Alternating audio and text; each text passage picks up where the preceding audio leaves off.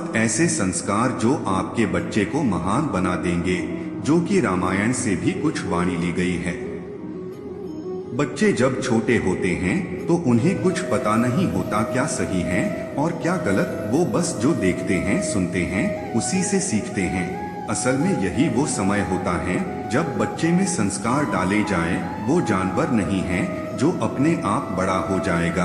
बड़ा हो भी गया तो जैसा उसको माहौल मिला वैसा ही बन जाएगा। अगर गालियां सुनते हुए बड़ा हुआ तो वो भी देने लगेगा। फिर ये नहीं देखेगा कि सामने वाला पिता है या माँ है, क्योंकि यही संस्कार तो आपसे मिले हैं। लोग बड़े होकर चोरियां करते हैं, पैसों के घोटाले करते हैं, रेप करते हैं, खून करते हैं। कानून इन सबको रोकने के लिए बहुत कुछ करता है, लेकिन फिर भी ये सब हर साल बढ़ता जा रहा है, जिसका कहीं न कहीं एक कारण हम ही हैं। अपने बच्चों के संस्कारों का निर्माण कीजिए। आप अपने बच्चों को स्कूल कॉलेज भेजते हैं ताकि वे अच्छी सी नौकरी पा सके, लेकिन कभी आपने अपने बच्चों के चरित्र पर ध्यान दिया है? क्या आपने ध्यान दिया है कि वो अपने से बड़ों के साथ कैसा व्यवहार करता है? लड़कियों के साथ कैसा व्यवहार करता है? अगर कोई बच्चा बड़ा होकर अपने से बड़ों को गाली दे या उनका सम्मान ना करे, महिलाओं से गाली से बात करें, तो वो कितना भी बड़ा अधिकारी बन जाए, वो पशु के समान है। इसलिए आपको अपने बच्चों के संस्कारों का निर्माण करना होगा और यकीन मानिए संस्कारों से आपके बच्चे का मान कई गुना बढ़ जाएगा। आपके संस्कार ही उसे महानता के उस शिखर तक ले जाएंगे जिसकी कल्पना आप नहीं कर सकते। इसलिए मैं आपको 7 संस्कारों के बारे में बताने जा रहा हूं, जो कि आपके बच्चों के चरित्र निर्माण में सहायता करेगी। नंबर 1, अपने बच्चों को रामायण दिखाएं। हिंदू धर्म का प्रसिद्ध महाकाव्य रामायण हर बच्चे को पढ़ाया जाना चाहिए। जानते हैं क्यों? क्योंकि इसमें आपको पिता पुत्र का प्रेम दर्शन मिलता है, माता पुत्र, भाई भाई, पति पत्नी, इन सब का प्रेम दर्शन मिलता है और साथ ही कई प्रेरणा मिलती हैं जो आपको संस्कारी और गुणवान बनाएगी। आए पिता पुत्र का प्रेम दर्शन। जब श्री राम जी 14 साल के वनवास के लिए जाते हैं तो उनके पिता राजा दशरथ जी अपने पुत्र के जाने पर अपने प्राण त्याग देते हैं। ऐसा अनोखा प्रेम आज कहाँ देखने को मिलता है। 2, माता पुत्र का प्रेम दर्शन। माता कैकेयी के कहने मात्र से बिना कोई सवाल किए श्री राम जी 14 साल के वनवास को चले जाते हैं। ये भी नहीं कहते कि उन्होंने ऐसा क्यों किया। इससे हमें प्रेरणा मिलती है, हर पुत्र को अपनी माता पिता की आज्ञा का पालन करना चाहिए। 3, पति पत्नी का प्रेम दर्शन। वनवास सिर्फ श्री राम को मिला था और श्री राम चाहते थे कि सीता माता उनके साथ वन में ना जाए, पर फिर भी माता सीता श्री राम के साथ वन में गई, क्योंकि यही एक पत्नी का धर्म होता है, दुख में और सुख में अपने पति का साथ देना। 4, भाई भाई का प्रेम दर्शन। वनवास मिला था श्री राम को, लक्ष्मण जी को वनवास जाने की जरूरत नहीं थी, लेकिन वे अपने बड़े भाई से बहुत प्रेम करते थे। ऐसा प्रेम जो कि राजमहल के सुखों को भी नहीं देखता, नहीं वनवास के दुखों को देखता है। आज जहां भाई भाई का गला काट रहा है, वो भी कुछ पैसों के लिए वही लक्ष्मण जैसा भाई है जो राजमहल को छोड़कर अपने भाई श्री राम के साथ वनवास जाते हैं। ऐसा भाई बनना बहुत कठिन है। भरत मिलाप दर्शन। भाइयों के प्रेम का दूसरा उदाहरण भरत है, जो कि रामायण महाकाव्य को गौरव से भर देता है।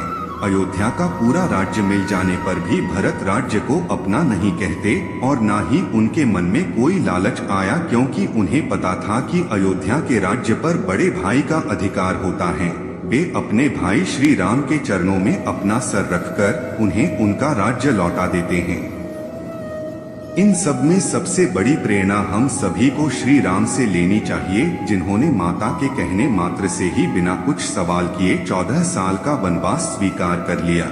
माता सीता को जब रावण उठाकर ले गया था, तब श्री राम चाहते तो 100 रानियां ला सकते थे अपने लिए, पर उन्होंने ऐसा नहीं किया। उनका प्रेम सिर्फ सीता माता के लिए था, यही उनका पतिधर्म था। वे मर्यादा पुरुषोत्तम राम हैं, हमें भी उनकी तरह बनने की प्रेरणा लेनी चाहिए। यदि आप लड़के हैं तो आपको श्री राम जी का चरित्र अपनाना चाहिए, और यदि आप लड़की हैं तो आपको सीता माता का चरित्र अपनाना चाहिए। अब आप अपने बच्चे के चरित्र को गुणवान बनाना चाहते हैं, आपको अपने बच्चे को रामायण पढ़ाना दिखाना होगा। बच्चे पढ़ने में आनाकानी कर सकते हैं, इसलिए उन्हें फिल्म के माध्यम से रामायण दिखाएं। अगर ये 7 संस्कार आप अपने बच्चों में डाल देते हैं तो यकीन मानिए आपका बच्चा ऐसा इतिहास रचेगा जिसे देखकर आपके परिवार, आपके समाज और देश को आपके बच्चे पर गर्व होगा। नंबर 2, अपने बच्चों को ताकत का सही इस्तेमाल करना सिखाएं। बच्चों को सिखाएं कि यदि आपके पास ताकत है तो इसका ये मतलब नहीं कि आप किसी के घर पर कब्जा कर लें या लोगों को जबरदस्ती मारने पीटने लग जाएं। क्या ताकत का इस्तेमाल किसी को गिराने में ही किया जाता है, उठाने में नहीं।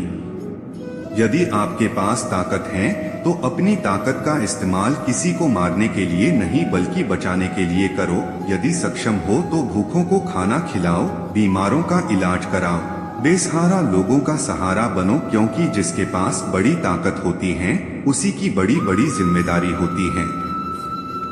नंबर 3, फालतू के मूवीज और टीवी सीरियल्स देखना बंद करें। नंबर 4, अपने बच्चों को जातिगत भेदभाव में ना उलझाएं। काफी लोग अपने बच्चों के मन में बचपन से ही जातिवाद का जहर भरना शुरू कर देते हैं कि तुम उच्च जाति के हो, तुम्हें नीची जाति के लोगों के साथ नहीं रहना चाहिए, उनके हाथ का पानी भी नहीं पीना चाहिए क्योंकि इससे तुम्हारा कर्म भ्रष्ट हो जाएगा। असल में धर्म क्या है खुद को भी नहीं पता।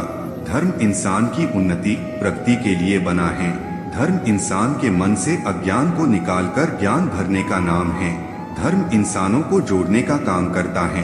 धर्म जीवन को सही ढंग से चलाने की एक व्यवस्था है, लेकिन कुछ दुष्ट लोगों के कारण धर्म की गलत व्याख्या की गई है, जिसके कारण बड़ी संख्या में लोग धर्म को गलत समझ बैठे हैं, जबकि धर्म कभी गलत था ही नहीं।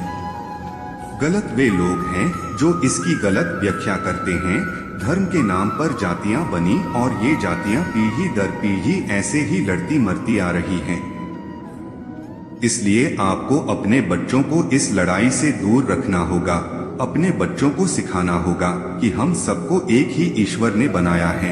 यहाँ कोई भी बड़ा या छोटा नहीं है, बस अपने कर्मों से आप बड़े और छोटे हो सकते।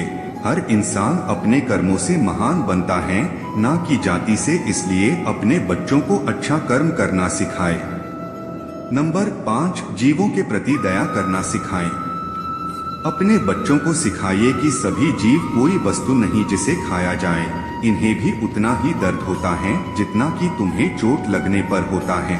जितना तुम्हें जीने का हक है उतना ही हक उनका भी है। और कौन कहता है कि जीव बोल नहीं सकते हैं? सच बात तो ये है कि तुम समझ नहीं सकते उनकी भाषा। इसलिए अपने बच्चों को दया करना सिखाइए, मदद करना सिखाए, इंसान की हो चाहे जानवर की। इंसान दूसरों की मदद तब करता है जब वो उनके दुखों को महसूस करता है। इसलिए अपने बच्चों में दया और करुणा का भाव जगाइए ताकि वो किसी और के साथ बुरा न कर सके। 7 ऐसे संस्कार जो आपके बच्चे को महान बना देंगे, जो कि रामायण से भी कुछ वाणी ली गई है। बच्चे जब छोटे होते हैं तो उन्हें कुछ पता नहीं होता क्या सही है और क्या गलत, वो बस जो। नंबर 6, महिलाओं का आदर करना सिखाएं। आजकल हर देश हर जगह महिलाओं के साथ शोषण हो रहा है।